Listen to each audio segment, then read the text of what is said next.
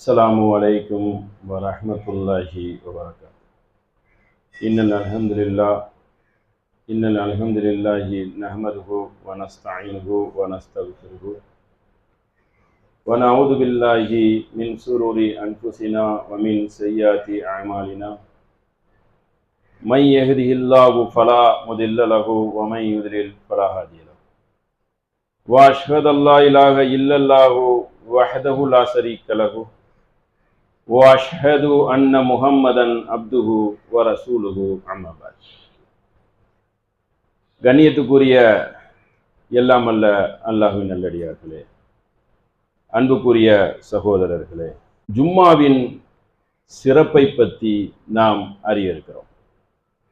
ஏனென்றால் ஜும்மா என்ற இந்த யௌமில் ஜும்மாவை அல்லாஹுவே நேரடியாக சிலாகித்து சொல்கிறான்.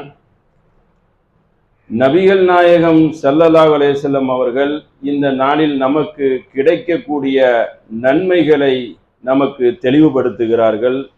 ஆனால் நாம் பல பேர் ஜும்மா நாளில் அலட்சிய போக்காகவும், இன்னும் சொல்ல போறாருந்தால் அந்த ஜும்மாவுடைய அந்த வக்து முடிகிற நேரத்தில் வருவதும், தொழுகையில் கலந்து கொள்வதற்காக வருவதும், தொழுகையில மட்டும் அந்த அளவுக்கு ஒரு கணிசமான மக்களிடம் இந்த தன்மை இருக்கிறது.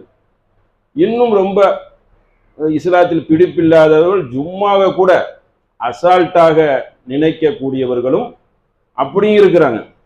தானே அப்படின்னு சொல்லி அது ஜும்மா அதோடைய தன்மைகளை அவர்கள் உணராத மக்களாகவும் அறியாத மக்களாகவும் இருக்கிறார்கள். அல்லாஹ் ரப்புல் ஆலமீன் இந்த ஜும்மா நாளில் இருக்கக்கூடிய தொழுகையை எப்படி வலியுறுத்துகிறான் பாருங்க. ஜும்மாங்கிற அத்தியாயத்திலேயே யா அய்யுஹல்லதீன ஆமனு, நம்பிக்கை கொண்டவர்களை, ஜும்மாக்குன்னு சொன்னா நம்மளை தானே கூப்பிடணும், பொதுமக்களுக்கு அழைப்பு இல்லல்ல. அப்ப அழைப்பே யாருக்கு? யா அய்யுஹல்லதீன ஆமனு இதா நூதியலி ஸலாத்தி, உங்களுக்கு தொழுகைக்கு ஜும்மா நாளில் அழைக்கப்பட்டால், மின் யோமில் ஜும்ஆ, ஜும்மா நாளில் அழைக்கப்பட்டால், ஃபஅஸ்உ இலா ஸிக்ரில்லாஹ், அல்லாஹ்வை நினைவு கூறுவதற்கு நீங்கள் விரைந்து செல்லுங்கள். வதரு ஒ பைய, வியாபாரத்தை விட்டு விடுங்கள். வியாபாரத்தையும் விட்டு விடணும். வியாபாரத்தை திறந்து வைத்துட்டு இன்னொரு ஆள்கிட்ட நீங்க பார்த்துக்கிறீங்கன்னு சொல்லக்கூடாது. ஒரு சின்ன டைம் தான். யூதர்களுக்காவது அல்லாஹ் முழுமையான ஒரு நாளையே இது பண்ணான். யோமில் சப்த், சனி முழு நாளும் தடை விதித்தான். அப்படி தடை விதித்த என்னத்துக்கு ஆகிறது? அல்லாஹ் நமக்கு மார்க்கத்தையும் நம் மீது கருணையும் பொழிந்திருக்கிறான். ஒரு சிறிய நேரம், அதுவும் வாரத்துல ஒரு நாள், ரொம்ப ரொம்ப ஈடுபாடோட சொல்லக்கூடியது. அப்ப எந்த மாதிரி ஈடுபாடு? ஒரு 2 மணி நேரம் தானே, அதிகபட்சம் சரியா பார்த்தா 1.5 மணி நேரம் கூட வச்சுக்கிறீங்க. அப்ப என்ன மாதிரி இருக்கணுமா? நீங்கள் பையனா வியாபாரம், குடுக்கல் வாங்கல், அதையே நிறுத்திடணும். வேலை செய்தாலும் நிறுத்தணும், வேலை செய்தாலும் வரணும். வேலை செய்யறது கேட்டுட்டு வந்துடலாமே. வியாபாரிக்காவது நிறைய துட்டு போகும். வேலை செய்யறவனுக்கு அன்னைக்கு ஒரு சம்பளம் தான். வியாபாரிக்கு நிறைய துட்டு போக தானே செய்யும். பெரிய பெரிய வியாபாரிலாம் இருப்பாங்க. அதெல்லாம் நிறுத்திட்டு தான் வரணும் அப்படின்னு அல்லாஹ் தாலிக்கும் ஹைருல்லக்கும், அதுதான் உங்களுக்கு சிறந்தது. இன் குன்தும் தஅலமூன், நீங்கள் அறிந்திருந்தால் அதுதான் உங்களுக்கு சிறந்தது. இதை நீங்கள் கடைபிடித்துக் கொள்ளுங்கள். நேரடியாக அல்லாஹ் கட்டளையை போட்டுட்டான். அதை சொல்லிவிட்டு மறுபடியும் தெளிவுபடுத்தணும்ல. இதா குதியலி ஸலாத்தி, தொழுகை முடிந்துட்டா, ஃபன்தசிரு ஃபில் அர்தி வப்தகு, நீங்கள் தேடுங்கள், அல்லாஹ்வின் அருளை தேடி பூமியில போங்க. அல்லாஹ்வுடைய அருள் தானே, காசு பணம் கூட நீங்க போய் தேடி அலைந்து என்ன செய்யுங்க, அதை நீங்கள் பெற்றுக்கொள்ளுங்கள். மின் ஃபதுலில்லாஹி, அது உங்களுக்கு சிறந்தது, அல்லாஹ்வுடைய அருள் அது. ஃபதுகுருல்லாஹு கஸீரன் லஅல்லக்கும் துஃப்லிஹூன், அல்லாஹ்வை அதிகம் நினையுங்கள், அவர்கள் தான் என்ன செய்வார்கள்? துஃப்லிஹூன், வெற்றி அடைவார்கள் அப்படின்னு அல்லாஹ் நமக்கு இந்த வசனத்திலே நமக்கு ஒரு தெளிவுபடுத்திட்டான். அப்ப நீங்க எப்படி நடந்து கொள்ளணும்? ஜும்மா நாளில் கவனமாக இருந்து கொள்ளணும். வியாபாரம் செய்யறேன்னு சொல்லி சில பேர் இப்படி கூட ஃபத்வா கொடுத்து வைத்திருக்கிறார்கள். நான் வியாபாரத்துக்கு முதலாளியாகியவர்கள் நாங்க என்ன செய்திருவோம்? வெளியே போயிருவோம்.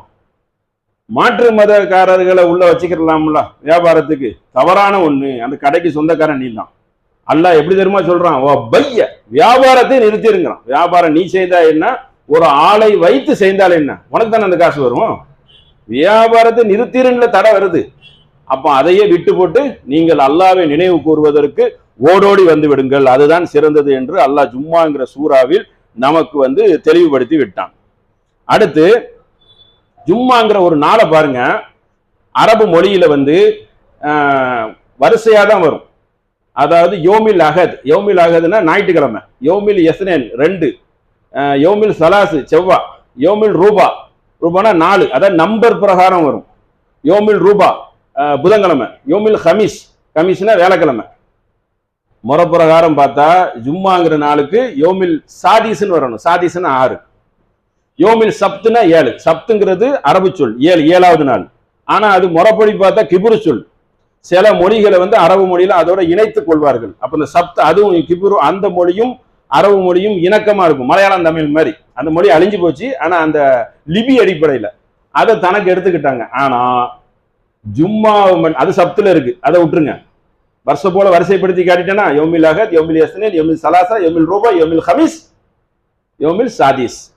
ஹமீஸ்னா 5, சாதீஸ்னா 6. சித்தங்குவாங்க, எழுத்துல வந்து சாதீஸ்ன்னு வந்துடும். ஆனா 6ன்னு வரல, ஜும்மா அப்படின்னு வந்துட்டு. ஏனென்றால் வரலாற்று பிரகாரம் ஜும்மாங்கிறது வந்து ஒன்று கூடுற நாள். அல்லாஹ் மறுமை நாள்ல ஒன்று கூட்டுவோம். ஒன்று கூடுற நாள் நம்மளே தெரிஞ்சு வச்சிருக்கோம். ஜம்மா சேர்ற நாள் அதான ஒன்று கூட மறுமையில தானே மிக சிறப்பு. அப்ப அப்படிப்பட்ட அப்புறம் ஜம்மு ஒன்று திரட்டுற நாள், படைத்த நாளுங்கிற ஒரு அர்த்தமும் இருக்கு. அதனால அந்த நாளையே பேரே மாறி இருக்கு பாருங்க வரலாற்றுல. எப்படிப்பட்ட மகத்துவம் இருக்கும் ஜும்மா அப்படிங்கிறது நம்மளும் சொல்றோம், ஐன் வந்து வந்துடும். அப்ப அப்படிப்பட்ட அந்த வரலாற்றுல இருந்தே அந்த எண்ணிக்கையிலிருந்து மாறுபடுகிறது. அதையும் கவனத்துல வைத்துக்கிறோம். யோமில் ஹமீஸ்ல இருந்து யோமில் சித்த இல்ல, யோமில் ஜும்மா ஒரு படைப்பு தினம், ஒன்று திரட்டுற நாள் என்பதை ஏகமனதாக ஒன்று கூடி அங்க அதை அமைத்து வைத்திருக்கிறார்கள். ஐயாமுல் ஜாஹிலியா காலத்துல வந்து அதுக்கு பேர் என்னன்னு கேட்டா யோமுல் ரூபா அப்படின்னு இருந்தது. ஐயாமுல் ஜாஹில் நபி ஸல்லல்லாஹு அலைஹி வஸல்லம் முந்திய காலத்துல அது சந்தை நாள் இருந்துச்சு. சந்தையிலையும் ஒன்று கூடுவாங்களா. அதுக்கப்புறம் ஏகமனதாக ஒன்று கூடி என்ன செய்துட்டாங்க, இது வந்து இந்த வரலாறு எல்லாம் பார்த்து இப்படி ஒரு இதை வைத்துக்கிட்டார்கள், ஜும்மான்னு வைத்துக்கிட்டாங்க. இதுல இது ஒரு விஷயம். அடுத்து நம்ம ஜும்மா நாள்ல தெரிந்து கொள்ள வேண்டியது என்னவென்றால், ஜும்மா நாளை பற்றி அடுத்து ஒரு விஷயம் என்னன்னா, நபி ஸல்லல்லாஹு அலைஹி வஸல்லம் கூறுகிறார்கள், வல் ஃபுசிலு யோமல் ஜும்மா, ஜும்மா அன்று நீங்கள் அலா குள்ளி மஜ்தலிமூன், நீங்கள் பருவ வயசு உள்ளவர்கள் குளித்துக் கொள்ளுங்கள், குளிச்சிடணும். அந்த நாள்ல வந்து குளிப்பையும் நமக்கு என்ன செய்யப்படுது, கற்றுக் கொடுக்கப்படுகிறது. குளிக்காம இருக்கக்கூடாது, ஏனோ தானமா இருக்கக்கூடாது. குளித்து விட்டு இன்னும் மேம்படுத்தின இருக்கிற நல்ல ஆடையை அணிந்து கொள்ளுங்கள், எண்ணெய் இருந்த எண்ணெயை தேய்த்துக் கொள்ளுங்கள். எப்படி அறிவுரையை பாருங்க. அப்போ இந்த மாதிரி நிறைய அறிவுரைகள் ஜும்மா நாளில் அந்த அளவுக்கு நீங்கள் ஒரு பற்றோட ஒரு சுத்தத்தோட நீங்கள் வாருங்கள். அந்த நாளில் குளித்துக் கொள்ளுங்கள், எண்ணெய் தேய்த்துக் கொள்ளுங்கள், நறுமணம் பூசிக்கொள்ளுங்கள், பள்ளிக்கு வந்து நீங்க நெருக்கமாக அமர்ந்து கொள்ளுங்கள், ஒருத்தரை நீங்கள் பிரித்து விடாமல் இருங்கள், இமாமுடைய உரையை வாய மூடி நீங்கள் கேளுங்கள். அவர் பேசுறது கொஞ்சம் சுதி இறக்கமா இருந்தாலும் சரி, நல்லா இல்லாம இருந்தாலும் சரி, முடிந்தவரை கேளுங்க. நல்லா இல்லைன்னு சொல்லி ஜும்மாவை புறக்கணிச்சிடக்கூடாது. அவர் ஜும்மாவை புறக்கணிக்கிறது, அவருடைய உரையை புறக்கணிக்கிறங்கிற பேர்ல ஜும்மாவை புறக்கணிச்சிடக்கூடாது. உரை சரியில்லை ரொம்ப நேரம் ஜும்மா பேருமே அந்த நன்மைகள்லாம் இழந்துருவோமே. இதை கவனத்தில் வைத்துக் கொள்ள வேண்டும். அப்படி ஒரு பார்வை மக்கள் மத்தியில இருக்கத்தானே செய்யுது. என்னப்பா அறுத்துட்டு இருப்பாரு, பிடிக்கல அப்படிங்கிற ஒரு வார்த்தை ஜாலங்கள் இருக்கத்தான் செய்யுது. அது அவர்களுடைய சக்திக்கு உட்பட்டு தான் அவர்களுடைய உரையை அவர்கள் நிகழ்த்த முடியும். அவர்கள் என்ன கற்றார்களோ, என்ன பயின்றார்களோ, என்ன அனுபவம், அதோடைய பிரதிபலன் தான் உரையாக வரும். அதை மேற்கோள் காட்டி ஜும்மாவை அப்படி புறக்கணித்துறாங்களா? அதெல்லாம் வாதமே கிடையாது. நீ அல்லாஹ்வுடைய கட்டளைக்கு கட்டுப்பட்டு போற, அப்போ உள்ளே நீங்க நுழைந்து விடுங்கள் ஜும்மாவுக்கு. அந்த உங்களுக்கு பாவங்கள் என்ன செய்யப்படும், மன்னிக்கப்படும் அப்படின்னு நபி மொழி இருக்கிறது. ஜும்மா கொத்துபா உரை பேசி கொண்டு இருக்கும் பொழுது பக்கத்தில் இருக்கக்கூடியவர்களிடம் வாய மூடிருங்க அப்படின்னு சொல்லக்கூடாது. அவர் ஜும்மாவை பாழாக்கி விட்டார், கம்முன்னு தான் இருக்கணும். பக்கத்தில் இருக்கிறவரை என்ன செய்யக்கூடாது, நீங்கள் நோண்டாதீர்கள்.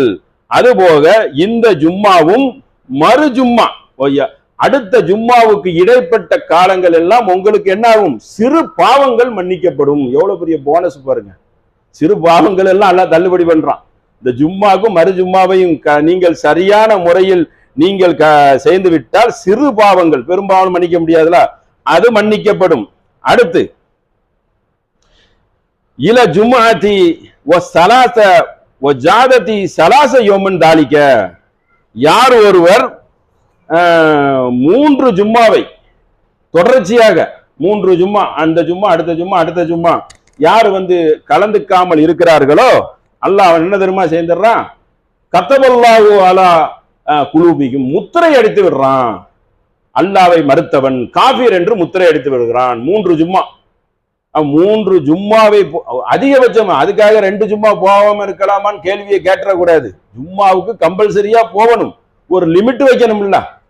மனுஷன் ஏதாவது ஒரு சூழல்ல இருந்துருவான், நியாயமான காரணம் இருந்தா அல்லாஹ் ஏத்துக்குருவான். உடல்நிலை பல விஷயங்கள் இருக்கு, நோய்வாயு, அதெல்லாம் யதார்த்தமா இருக்கிற மக்களுக்கு சட்டம். நோய்வாயில இருக்கிறவங்களுக்கு எல்லாம் தனி விதிவிலக்குகள் இருக்கிறது, பயணத்துல இருக்கிறவங்களுக்கும் விதிவிலக்குகள் இருக்கிறது. விதிவிலக்கெல்லாம் விட்டு போடுங்க. நல்லா இருக்கிறீங்களா, நல்ல முறையா இருக்கிறவங்க சரியான முறையில கலந்துக்கிற வேண்டியதானே. அப்ப எந்த அடிப்படையில ஜும்மாவை அலட்சியப்படுத்துறீங்க? கரெக்டா அந்த நூல் பிடிச்ச மாதிரி வர்றது எவ்வளவு பெரிய, அப்போ எப்படியாவது முந்தி விடணும்.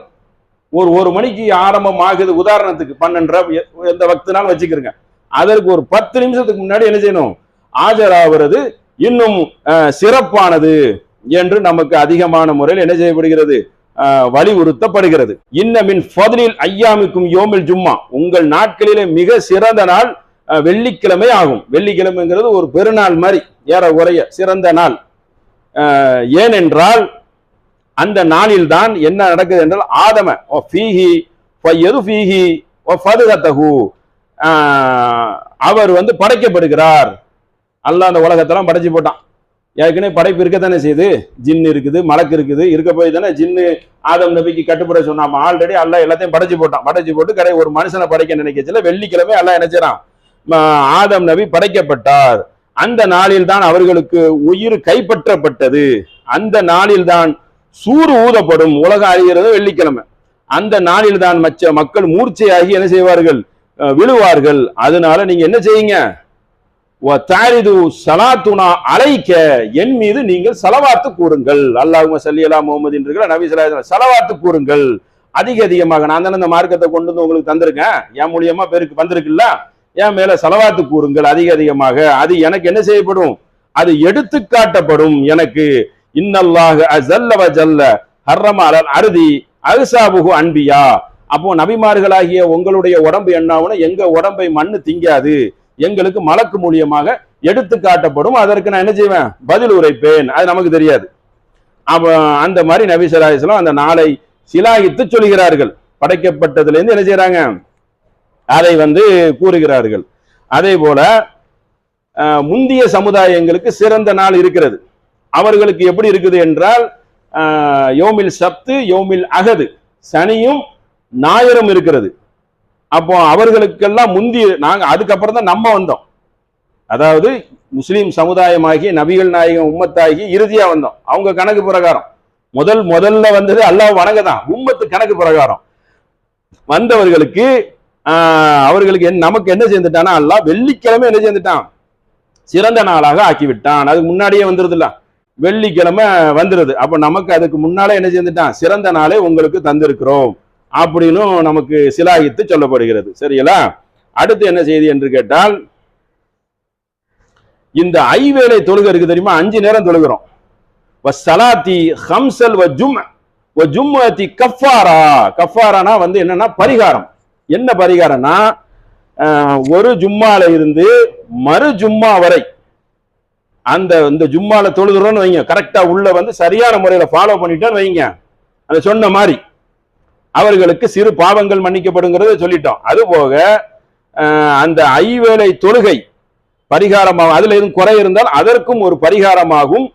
தொழுகைக்கு அதற்கு இடைப்பட்ட நேரங்களில் நடக்கும் சிறு சிறு பாவங்களும் பரிகாரமாகும், பெரும் பாவங்களை தவிர. பைனகுன்ன வலாம் தூசிபு, பெரும் பாவங்களை தவிர. இந்த தொழுகை ஐவேளை தொழுகைக்கும் இந்த மறு ஜும்மாக்கும் வருஷம் போல தொழுதுட்டு வராங்க, சனி ஞாயிறு திங்கள் செவ்வாய், அந்த 5 நேரம் தொழுகை இது ஸ்பெஷல்ல. அதுல நடக்கக்கூடிய குறைபாடுகளும் சிறு பாவங்களுக்கும் என்ன செய்யப்படுகிறது, கஃபாரா, உங்களுக்கு பாவங்கள் மன்னிக்கப்படுகிறது. பாவம் மன்னிக்கப்படுறது சாதாரண விஷயமா? பாவம் மன்னிக்கப்படுறது நமக்கு இப்ப அல்லாஹ் கொடுத்திருக்கிற பெரிய பாக்கியம்ல. இப்ப எதுக்கு நம்ம இந்த நோன்பு வச்சோம், அரஃபா நோன்பு? அரஃபா நம்ம ஏன் போட்டி போட்டு வைக்கிறோம்? முந்தைய வருஷம் பிந்திய வருஷம் 2 வருஷம் அட்வான்ஸா கொடுக்குறாங்களாம். நடந்த பிஃபோர் வேற, அடுத்து வரக்கூடிய ஆஃப்டர் வேற. 2 வருஷத்துக்கு உங்களுக்கு பாவங்கள் மன்னிக்கப்படுது. வெறும் ஒரு 18 மணி நேரம் 16 மணி நேரம் என்னது நோன்புக்கு. அல்லாஹ் என்ன செய்யறான்? நன்மையை வாரி வாரி தருகிறான். அந்த நன்மையை பெறுவதற்கு அதிகமான மக்கள் நம் சமுதாயத்தில் தயாராக இல்லை. குறிப்பா ஜும்மாவில் கூட என்ன செய்யறாங்க? ரொம்ப அந்த கூட்டம் எல்லாம் குமிந்து இருக்கிறதெல்லாம் நீங்க பாத்தீங்கன்னா எப்ப தெரியுமா? ஒண்ணு பாதி பயான், இல்லைன்னா முடிவு. இதை நீங்க அதிகமான இடத்துல பார்க்கலாம். இல்லைன்னு மறுக்க முடியுமா? அப்போ நமக்கு எந்த அளவுக்கு நம்ம இருக்கிறோம் என்றால் ரொம்ப லேசா இருக்கிறோம், சாதாரணமா நினைக்கிறோம். நமக்கு என்ன, நமக்கு இதெல்லாம் ஒரு பெரிய விஷயமா, இதெல்லாம் நமக்கு ஒரு நன்மையா அப்படிங்கிற ஒரு நினைப்பு இருக்க போய் தானே இதுல அவங்க சொல்ற காரண காரியம் சொல்ல முடியுமா? அப்போ நம்ம எந்த அளவுக்கு ரொம்ப மோசமான இந்த நாளை நம்ம புறக்கணிக்கிறோம் என்றால் சொல்லி வர்ணிக்க முடியாத அளவுக்கு இருக்குது.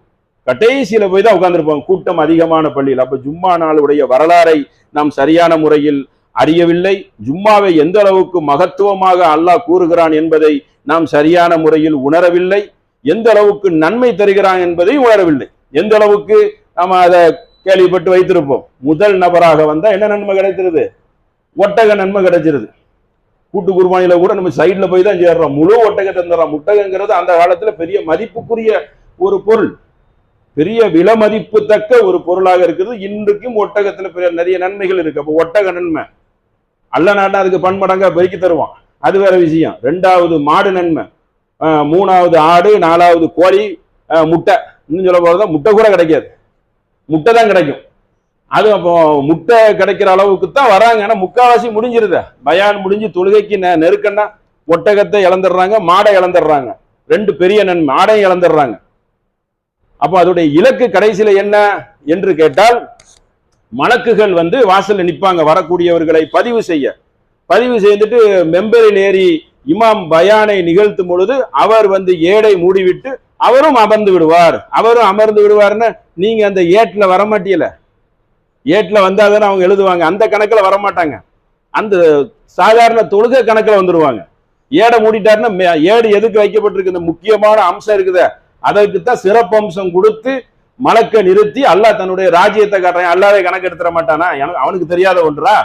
அவன் தான் வகுவாலா குல்லி செய்யின் கதீரா இருக்கான, அனைத்த ஒன்றையும் அறிந்தவனாக இருக்கிறான், ஒவ்வொரு பொருளையும் அறிந்தவனாக இருக்கிறான். அப்போ நம்மளை கண்ணியப்படுத்துறதுக்காக, உங்களை உபசரிக்கிறதுக்கு வாசல்ல நின்று கணக்கு எடுக்கிறாங்க. அப்ப கணக்கு எடுக்கிறத நம்ம என்ன செய்யறோம்? அலட்சியப்படுத்துகிறோம். அவர் ஏடை மூடினதுக்கு அப்புறம் தான் நம்ம வந்து உள்ள உட்கார்றோம். அப்ப நமக்கு என்ன இல்லை? கண்டிப்பாக அந்த வெகுமதி இல்லவே இல்லை. இல்லைங்கிறது இருக்குது, பயன் இல்லையே, பெரிய நன்மை இல்லையே. அப்படிங்கிறத ரொம்ப வருத்தம் கலந்த விஷயம். ஜும்மாவில் அந்த அளவுக்கு அலட்சியமாக இருக்கிறோம், எடுத்து சொல்லணும். ரொம்ப அலட்சியமாக இருக்கிறோம் என்பது ஒன்று. அப்ப கடைசி நன்மை எப்ப தெரியுமா கிடைக்கும்? அதையும் தெரியணும்ல. அதுக்குள்ளேயாவது வந்துடணும். அது கடைசி, அதுக்காக அதை கனெக்ட் பண்ணிடக்கூடாது. தொழுகை நடந்து 2வது ரக்காத்து, அந்த 2வது ரக்காத்து மாமுலா, அதாவது ருக்குக்கு முன்னாடி, ருக்குக்கு அப்புறம் வந்தாலும் அதுவும் முடிஞ்சு போச்சு, கதை முடிஞ்சு. சோரி, அவ்வளவுதான், வாஷ் அவுட்.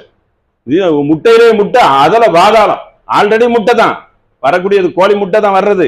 இருந்தாலும் அந்த தொழுகை வக்த பிடிக்கிறாங்கன்னா அட்லீஸ்ட் என்ன வந்திருக்கணும்? 2வது ரக்காத்திலேயாவது வந்து விடணும். அந்த அளவுக்கு நமக்கு ஒரு வாசல் கொடுக்கப்பட்டிருக்கு. ஏன்னா அந்த அளவுக்கு நம்ம மார்க்கம் தெளிவான மார்க்கம் அல்லவா? அப்படியே போட்ட மாட்டிடாது. கடைசி வரைக்கும் மக்களுக்கு ஒரு வாய்ப்பை அல்லாஹ் தரும் அளவுக்கு இந்த தொழுகை வரைக்கும் கொடுக்கப்பட்டிருக்கு. அதையாவது என்ன செய்யணும்? அட்லீஸ்ட் வேணும்னா. ஆனா கண்டிப்பாக அந்த ஒட்டகம், மாடு, ஆடு, கோழி எல்லாம் அவங்களுக்கு கிடைக்காது. கடைசியில வந்தா அவ்வளவு நன்மை இழந்துடுறாம. பல கோடி ரூபாலோ அல்லாவுடைய சன்னிதானத்துல இதற்கு பல கோடிக்கு மதிப்பு, பில்லியன் கோடிக்கு மதிப்பு. அதுவும் அல்லாவுடைய வெகுமதியை நம்ம பெறுவதற்கு சமம்ல. இப்பதான் குரான் வசனங்களை எல்லாம் உங்களிடம் ஏற்கனவே சுட்டி காட்டிட்டேன். தொழுகைக்கு அழைத்தால் ஓடோடி சென்று விடுங்கள், வியாபாரத்தை விட்டு விடுங்கள் வேற சொல்லி போட்டான். வியாபாரத்தையே விட சொல்லி அல்லாஹ் ஒரு சின்ன ஒரு ஷார்ட் டைம் சொல்ல போற, அந்த ஒரு குறுகிய டைம், கண்டிப்பாக ஒரு மணி நேரத்துல இருந்து 1.5 மணி 2 மணி நேரம் கூட கிடையாது. 2 மணி நேரம் அதிகமா இபாதத்தான மக்கள் பேணுவாங்க. சரி, அரைகுறையா இருக்கிறவங்க அந்த 1 ஹவரை பேணலாம்ல. அரை மணி நேரம் பயான், 10 நிமிஷம் தொழுக, அப்படியே ஒரு கரெக்டா சொல்றாங்க. ஒரு 3/4 மணி நேரம், அப்ப 1 மணி நேரத்தை கூட அல்லாஹ்வுக்கு நாங்கள் தியாகம் செய்ய மாட்டோம்னா இது என்ன அர்த்தம்? எதைத்தான் தியாகம் செய்ய போறாங்க? அப்போ அந்த அளவுக்கு ஜும்மா நாட்களில் ரொம்ப நம்ம என்ன செய்றோம், அதிகமான மக்கள் அலட்சியம். இந்த சஃபர்ல இருக்கிறவங்க எல்லாம் விதிவிலக்கு, சரிங்களா? அவரு பயணத்துல இருக்கிற விதிவிலக்கை எல்லாம் ஒதுக்கிறோம். நான் சொல்றதெல்லாம் சராசரியாக வேலை செய்து அவர்கள் நல்லபடியாக அந்த மாதிரி பொழுதை கழிக்குவார்கள், அவர்களுக்கெல்லாம் அதை சரியான முறையில் பயன்படுத்தி கொள்ளணும் என்பதை கவனத்தில் வைத்துக் கொள்ள வேண்டும். அப்படிப்பட்ட நல் மக்களாக அல்லாஹு உங்களையும் என்னையும் ஆக்கி அருள்புரிவான் என்று சொல்லி என்னுடைய முதல் உரையை நிறைவு செய்கிறேன். அன்புக்குரிய சகோதரர்களே, நம்ம நேற்றைய தினம் நமது ஹஜ்ஜி பெருநாளை, ஈதுல் உஹியா என்று சொல்லக்கூடிய தியாக திருநாளை கொண்டாடி இருக்கிறோம். ஹதி என்று சொல்லக்கூடிய ஒதியா குர்பானி, கூட்டு குர்பானி, தனிப்பட்ட முறையில் கொடுக்கக்கூடிய குர்பானியையும் நாம் கொடுத்திருக்கிறோம். அதில் சின்ன ஒரு தகவலுக்காக ஒரு செய்தியை நாம் அறிந்து கொள்ள வேண்டும். இப்பொழுது இந்த ஆடு கொடுக்குறாங்கல்ல, அவங்களுக்கு தனிப்பட்ட முறையில் கொடுக்குறாங்க, இண்டிவிஜுவல், அதில் பிரச்சனை இல்லை. கூட்டு குர்பானி ஒட்டகம் நம்ம பெரும்பாலும் கொடுக்கறதில்ல. ஒட்டக கறி மக்கள் அந்த அளவுக்கு ரொம்ப ரஃப்பாக இருக்கிறதுனால விரும்புறதும் இல்லை, ரொம்ப குறைந்து விட்டதுன்னு வைங்களேன். ஆனால் மாடு கொடுக்குறோம். மாட்டுக்கு சட்டம் போட்டிருக்காங்க, அதை விட்டுருங்க, போடுறது வழக்கம், அதை விட்டுருங்க. நம்மளுக்குள்ள ஒரு தகவல் என்னவென்றால், மக்கள் மத்தியில் அதிகமான முறையில் இருக்கிறது. இந்த குர்பானி வரும் பொழுது 2 பேர் தெரிஞ்சுக்கிறணும். அதை நிர்வகிக்கிறவர்களும் தெரிந்து கொள்ளணும், அந்த தக்குவாவை பெறக்கூடிய அமௌண்ட் கொடுக்குறாங்களா அவங்களும் தெரிந்து கொள்ளணும். இப்போ ஒரு மாடுக்கு ஒரு ரேட்டை வந்து நிர்ணயம் செய்வாங்க. மாடுக்கு ஆடு ரேட்டு வராது. ஆடு அந்த அந்த கிலோவை பொறுத்து சராசரி மாடுடைய ரேட்டு வந்து அந்த 70க்கு மேலே வந்துடும். அப்போ நிர்வாகிகள் தெரிஞ்சிக்கக்கூடியது ஃபர்ஸ்ட். அவங்க வந்து மக்களுக்கு தகவல் சொல்லுவாங்க. என்ன சொல்லுவாங்கன்னு கேட்டால் அமௌண்ட் அறிவிப்பாங்க. கூட்டு குர்பானிக்கு ஒவ்வொருத்தரும் ஒரு அமௌண்ட்டை அறிவிப்பாங்க. 4000, 4500, 5 வரைக்கும் போகுது. கணக்கு என்னவென்று கேட்டால், சில பேர் 5-6 மாடு கொடுப்பாங்க, 10 கொடுப்பாங்க. கொடுக்கறது கொஞ்சம் சிரமம் தான். ஏன் தெரியுமா, ஒரு மாட்டுக்கே குறைஞ்சபட்சம் 2-3 மணி நேரம் ஆள்லாம் தேவைப்படும். அதுக்கு இடையில ரொம்ப நெருக்கடியான பொசிஷன், கொடுக்க முடியாது.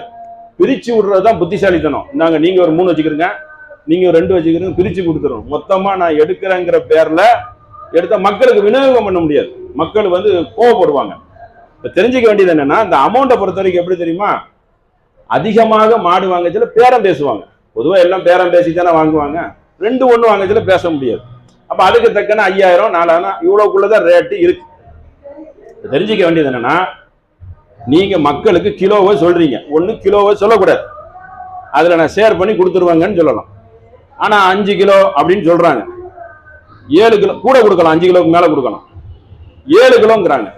ஜமாத்து பேரெல்லாம் சொல்ல வேண்டாம். 7 கிலோ சொல்லிட்டு 5 கிலோ கொடுத்துட்றாங்க. குறைய சொல்லிட்டு கூட கொடுத்தா சந்தோஷம். மாட்டுடைய கிலோவை நீங்க தீர்மானிக்க முடியுமா, முடியாதா? முடியும், முடியும். கொடுக்க கோரி சரி, கொடுக்க சில இடம் போட முடியுமா? கொடுக்கணும்ல, ஒரு கணக்குக்கு சொல்றேன். அல்லாவுக்காக கொடுக்குறங்கிறது வேற விஷயம், அதை வச்சுக்கிறீங்க. ஆனா மக்களுக்கு சொல்லக்கூடியதுல வந்து ஒரு நீதி இருக்கணும்ல. சரியான முறையில் என்ன செய்யணும்? 7 கிலோ சொன்னீங்கன்னா 7 கிலோ கொடுத்துருங்க. அல்ல 6 கிலோ சொல்லுங்க, 6 கிலோ சொல்லி 6.5 கொடுத்துருங்க. 7 கிலோ சொல்லி குறைச்சி கொடுத்தா அதுக்கான மாட்டுல குறையுமா? மாடு சராசரி சொல்லிட்டு அந்த கிலோல தான் வரும், ஆட்டுக்குட்டி கிலோல வராது. அப்போ வந்து அந்த வயசும் பூர்த்தியாகும், கொம்புகள் இருக்கும். அப்போ எப்படி அதை செய்யறாங்க? அது ஒரு மோசடியான ஒண்ணு, அப்படி செய்யக்கூடாது. அப்புறம் அவங்கள்ட்ட நீங்க எடுத்து வேலைகளுக்கு கொடுக்கறது, உங்களுக்கு கொடுக்கணும் நீங்க விரும்பினா அவங்கள்ட்ட தகவலை தெரியப்படுத்திக்கிறோம். ஏன் உங்கள்கிட்ட இருந்து நாங்க எடுத்துக்கிறோங்கிறதை நம்ம சொல்லணும். அவங்க அந்த மாதிரி சொல்லல. நிறைய பேர்கிட்ட இந்த கம்ப்ளைண்ட் நேரமும் ரொம்ப நேரம் பெறுது. அப்போ அவங்க வந்து அந்த மாட்டுல வந்து என்னன்னா, சில எது கிடைக்குன்னு நினைச்சிட்டாலும் என்னன்னு நினைக்கிறாங்களான்னு தெரியாது, ரொம்ப நேரம். ஆனா மக்களுக்கு போய் சேராது, இரவு வரைக்கும் பெறுது. அப்ப நீங்க குறைஞ்ச பொறுப்பு எடுத்துக்கிறோம். முடியலைன்னா விட்டுடுங்க, முடிஞ்ச வரைக்கும் எடுத்துக்கிட்டு பிரிச்சு கொடுக்கணும். இல்லைன்னா அதிக மேன் போற ஆளுடைய கூட பாடுபடுறவங்களுக்கு ஆளை வச்சுக்கிறணும்.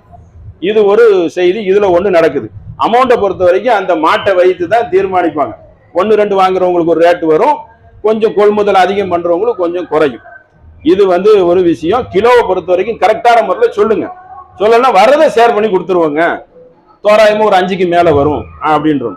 அதே மாதிரி மக்கள் என்ன செய்யக்கூடாதுன்னா, ஒரு வியாபார கணக்கிலே பார்க்கக்கூடாது. நிர்வாகிகள் இப்படி நியாயமா நடக்கணும். மக்கள் என்ன செய்யணும், ஒரு முடிவுக்கு வந்துடணும். அவன்கிட்ட என்ன கிலோ கிடைக்கி, இவன்கிட்ட எத்தனை கிடைக்குது, இப்படிங்கிற ஒரு கணக்கு போட்டு சுத்தக்கூடாது. ஒரு முடிவுக்கு வந்துடணும். அல்லாவுக்காக கொடுக்குற அந்த தியாக திருநாள்ல இப்ராஹிம் நபி என்னெல்லாம் செய்தாருங்கிறது தான் நினைவு கூறுவதுதான் முக்கியமான ஒண்ணு. நீங்க உங்களுக்கு ஒரு ஷேர் எடுத்து ஏழைக்கு கொடுத்துக்கிறீங்கன்னு சொல்றவங்களும் இருக்காங்க, அவங்களும் வச்சுக்கலாம். அல்லாஹ் ஃபுக்கராய்ங்கிறான், ஏழை எளிய மக்களுக்கு கொடுங்க விரும்பினாலுங்கிறான், அவங்களும் எடுத்துக்கலாம். ரெண்டு இருக்குது. அப்ப இவர்கள் எந்த மாதிரி ஒரு கணக்கு போடக்கூடாதுன்னா அங்க 8 கிடைக்குமா அங்க 10 கிடைக்குமா இப்படிங்கிற ஒரு கணக்கை நம்ம போடக்கூடாது. இவங்களும் கரெக்டா இருக்கணும், ரெண்டு பேர் பக்கமும் தப்பு இருக்கு, இவரும் கரெக்டா இருக்கணும், பார்க்க கூடாது. அன்றைக்கு பொழுது பூரா நின்று அதை அர்ப்பணிச்சு நின்று தான் செய்வாங்க. அதுல வரக்கூடியவர்களுக்கெல்லாம் சில கணக்கு அவங்க சம்பளம்லாம் கொடுக்க வேண்டியது இருக்கும், அதனால எடுத்துக்கிடுவாங்க. கட் அண்ட் ரைட்டா இருக்கக்கூடாது மக்கள். அங்க 10 கிடைக்குங்க இங்க 7 கிடைக்குங்க அப்படிங்கிற ஒரு நிலைக்கு வரக்கூடாது. ஒரு முடிவுக்கு வந்துடும். அவங்களும் கரெக்டா இருக்கணும், இவங்களும் ஒரு முடிவுக்கு எந்த பேமெண்ட்டோ அதை கொடுத்து என்ன செய்யணும், அவங்களோட ஹக்கை நிறைவேற்றி கொள்ளணும். இப்ப மாடு கூட பொது இடத்துல கொடுக்க கூடாதுன்னு வேற போட்டுட்டான் படிப்படியா. அப்ப அந்த தொட்டிக்குள்ளதான் உள்ளதான் போடணும். அப்ப உள்ள போச்சுல அவங்க தான் பராமரிப்பாங்க, மாட்டுக்கு தீவனம் பராமரிக்கிறது, ஆட்களை வேலைக்கு வைக்கிறது, இதெல்லாம் இருக்கும். கூட்டு குர்பானி சின்ன அமௌண்ட்ங்கிறதுனால நம்ம எல்லாரும் போய் என்ன சேர்ந்துடுறோம். எப்படி அந்த ஹக்கை நிறைவேற்றுறோம். வசதி இருந்தா இண்டிவிஜுவலா கூட கொடுத்துக்கலாம். ஆனால் கொடுக்கும் பொழுது ஒரு முடிவுக்கு வந்துடணும். நாங்க அவ்வளவுதான், அல்ஹம்துலில்லாஹ். 5 கிலோ தெரியல. நிர்வாகிகள் நியாயமா நடக்கணும், நீதியான முறையில நடந்து செய்யணும். நீங்க தானே மக்களுக்கு முன்னோடியா இருக்கணும். நீங்களே பித்தலாட்டம் பண்ணீங்கன்னா அப்ப அந்த மாதிரி ஒரு தன்மைகள் இருக்கிறது. இப்ப நம்ம NTF சார்பாக 7 கிலோ அறிவிச்சாங்க, எல்லாரும் 7 கிலோ கொடுத்துட்டாங்க. ஏன்னா தீர்மானிச்சுட்டாங்க 7 கிலோனா 7 கிலோ கரெக்டா கொடுத்துடணும். இல்ல குறைய சொல்லி கூட கொடுத்தா பிரச்சனை இல்லை. உங்களுக்கு சொன்ன கணக்கை விட்டு மாறிட்டா 7 சொல்லி 5 கொடுத்தா, 5 சொல்லி 6 கொடுத்தா அவன் போயிருவான். எல்லாத்துட்டையும் இடம் மிஷின் இடம்லாம் இருக்குல்ல, அவன் முறையா பாக்குறான். ஏன்னா அவனும் மக்களுக்கு கொடுப்பாங்கல்ல, எல்லாம் ஒரு கணக்கு தானே, எடை போட்டு தானே எல்லாம் செய்ய வேண்டியது இருக்கு. அப்ப அந்த மாதிரி ஒரு மோசடியை நிர்வாகி செய்யக்கூடாது. மக்கள் என்ன செய்யணும், ஒரு உடன்பட்டு ஒரு நிலைக்கு வந்துடணும், ஒரு முடிவுக்கு வந்துடணும். இந்த மாதிரி வச்சுக்கிறேன் அந்த ஹக்குக்கு அப்படிங்கிற ஒரு நிலைக்கு வந்துடும். மாடை பொறுத்த வரைக்கும் 7 பேர் நம்ம சொன்னோம்ல, 7 பேரும் கொடுக்கலாம், 3 பேர் சேர்ந்தாலும் கொடுத்துக்கலாம். மொத்தமா பேமெண்ட் போட்டு ஒரு 4 பேரை கூட கொடுத்துக்கலாம். இப்ப நம்ம பாயிண்ட் என்னன்னா, நம்ம வச்சு பராமரிக்க முடியாது. எங்க வைப்போம், எங்க அறுக்குவோம், அவன் அதுக்கு ஒரு பிரச்சனையை பண்றதுக்கா, பிரச்சனையை பண்ணி மக்களை நாசம் பண்றதுக்கா, பாவம் அதுக்கு தானே தயாரா இருக்கிறாங்க. அப்ப அவன் ஒரு இடம் வச்சிருப்பான், அந்த உள்ளுக்குள்ள தொழுவோம், அது உள்ள அவங்க பராமரிச்சு செய்வாங்க. அதெல்லாம் கணக்கு பண்ணச்சுல கூட குறைய வரும். மக்களும் அதை என்ன செய்யணும், பெருந்தன்மையாக அல்லாஹ்வுக்காக பொருந்தி கொள்ளணும். நிர்வாகி நியாயமாக நடக்கணும். நிர்வாகி நீ உங்களை நம்பிதான் தரான், சரியான முறையில் நடக்கணும் என்ற ஒரு தகவலை சொல்லி என்னுடைய உரையை நிறைவு செய்கிறேன். வாகர்தான் அல்ஹம்துலில்லாஹி ரப்பில் ஆலமீன். அஸ்ஸலாமு அலைக்கும்.